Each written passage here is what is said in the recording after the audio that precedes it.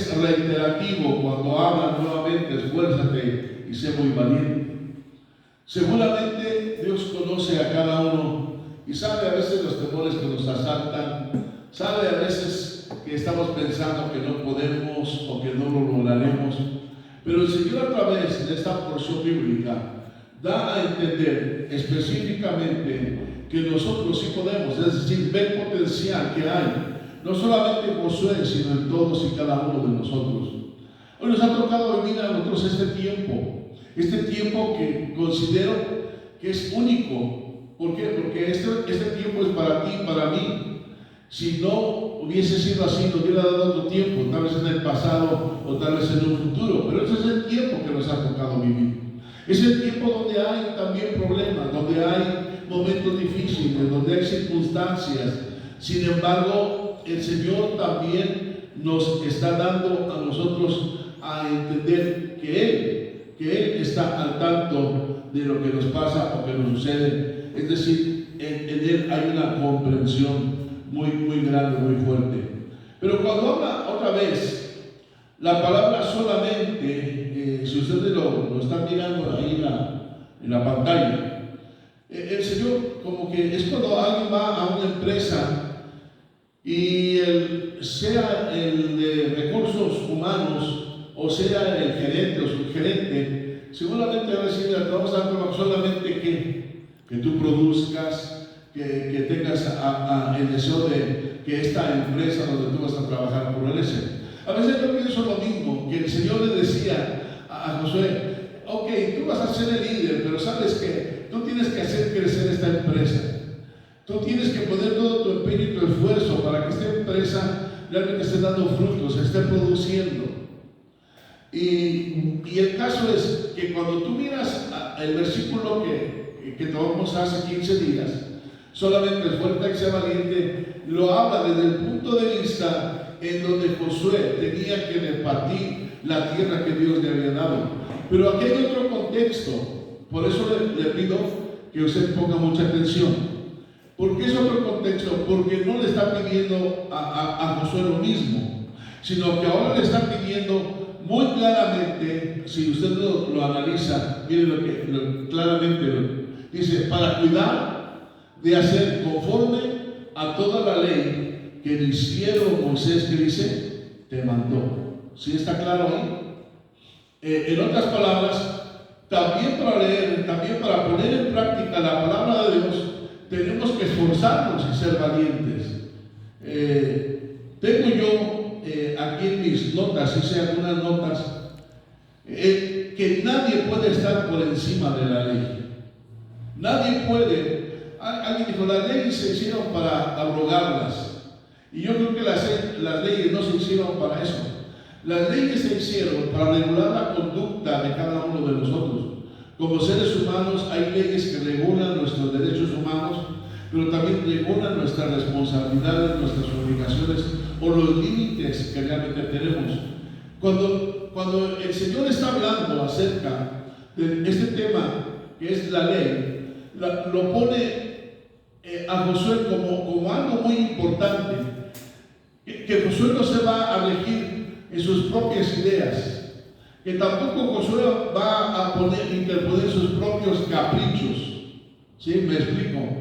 Porque muchos de nosotros a veces ponemos nuestras propias ideas, queremos en nuestras propias ideas violar la palabra de Dios o en nuestros propios caprichos hacerlo, pero creo que nosotros estamos claramente que la palabra de Dios está por encima de mi lógica, está por encima de mis ideas, está por encima de mis pensamientos, está por encima de mis caprichos. ¿Y qué quiere decir? Que yo necesito que esforzarme y ser valiente para poder cumplir la ley conforme, escúcheme, conforme Dios le ordenó a Moisés, pero conforme ahora nosotros la tenemos. Un pueblo sin ley es un caos.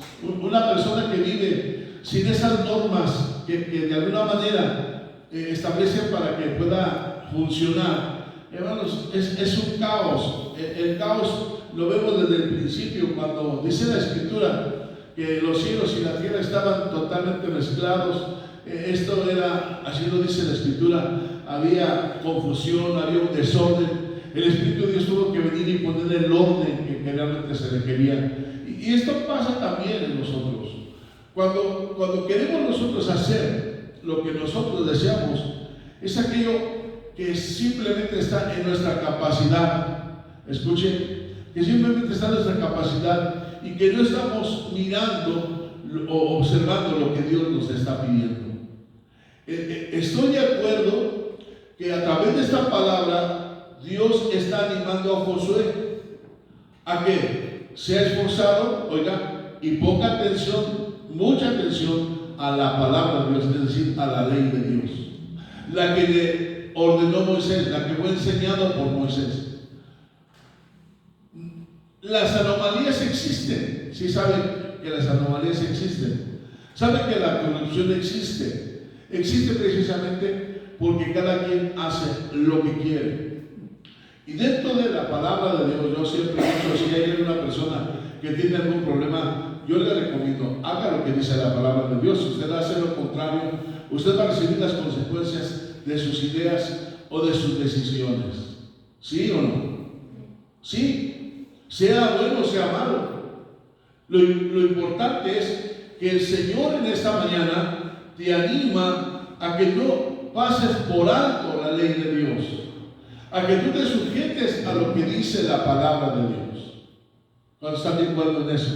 Amén. Entonces, tú y yo tenemos que estar de acuerdo. ¿Por qué? Porque amamos a Dios, porque servimos a Dios y porque para Él, para nosotros es todo.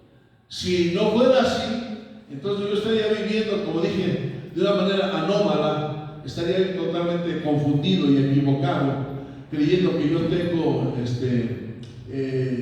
la razón cuando no la tengo. Ahora bien, si yo tengo que tomar decisiones, no debo poner en riesgo la palabra de Dios, ¿o sí? No debo yo evidenciar la palabra de Dios. Estaba yo platicando con un pastor y decía, pastores, que estamos viviendo tiempos muy difíciles. Hoy la gente ya no quiere creer. Parece que tenemos un evangelio totalmente equívoco. Como que el evangelio se ha deformado. Y dije, no, el evangelio no se ha deformado. El evangelio sigue siendo evangelio, ¿no? ¿Saben cuál es el problema, amigo? La forma de vivir que cada uno de nosotros tenemos. Eso es lo que ha realmente hecho que muchos no crean en la palabra de Dios, porque pasan o viven sin la palabra de Dios. ¿Por qué? Porque es que yo soy hermano, pero estoy tomando. Es que yo soy hermano, pero estoy fumando. Es que yo soy hermano, pero me tomo una Tecate. Es que yo estoy... Entonces, todo eso ha venido a que la gente ya no tenga la confianza y la seguridad de saber que este evangelio realmente es un evangelio excelente. Un evangelio que está por encima de nuestras ideas, por encima incluso de la forma de vivir de mucha gente. ¿Y qué es lo que está sucediendo? Que cuando una persona está dando una imagen equivocada allá afuera, entonces se contrapone. ¿Por qué? Porque cuando tú le invitas no quiere. Porque cuando tú le dices ven a la congregación no desea estar. ¿Por qué? Por tu forma de vivir. Es la forma en que nosotros estamos actuando. Pero cuando tú estás viviendo de acuerdo a la palabra de Dios, entonces te conviertes en una bendición. Es cuando la gente piensa, ve tu forma de ser, dice, no, yo quiero ir donde tú vas, yo quiero conocer lo que tú estás conociendo. Y la palabra de Dios, una vez que regula tu vida, una vez que está en ti, entonces te hace ser una bendición, porque tú vas más allá de aquello que tú crees. Y voy a poner un ejemplo.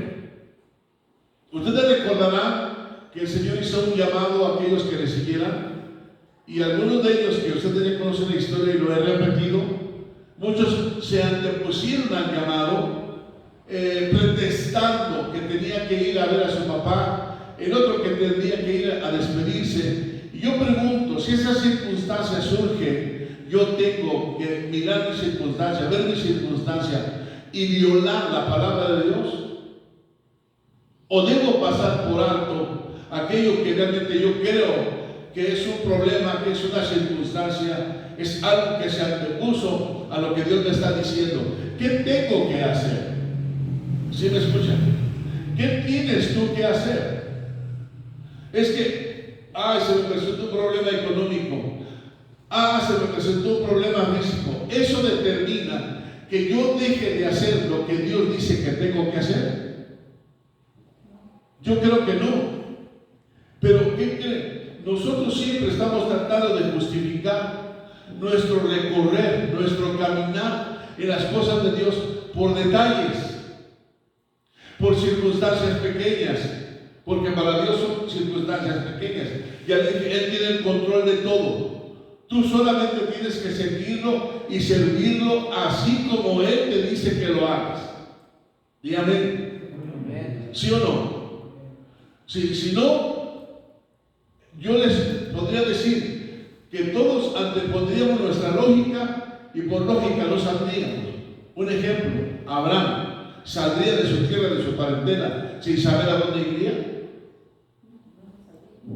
No lo sabía. Pero ¿por qué él salió? Porque una vez que Dios te dice algo, sabes que Dios es responsable de accionar y de actuar a tu favor porque tú estás obedeciendo. Y he dicho lo siguiente: cuando tú obedeces, Dios se hace responsable de todas las consecuencias por tu obediencia. Pero cuando tú desobedeces, Dios no se hace responsable de todas las consecuencias que tú vas a vivir por tu desobediencia.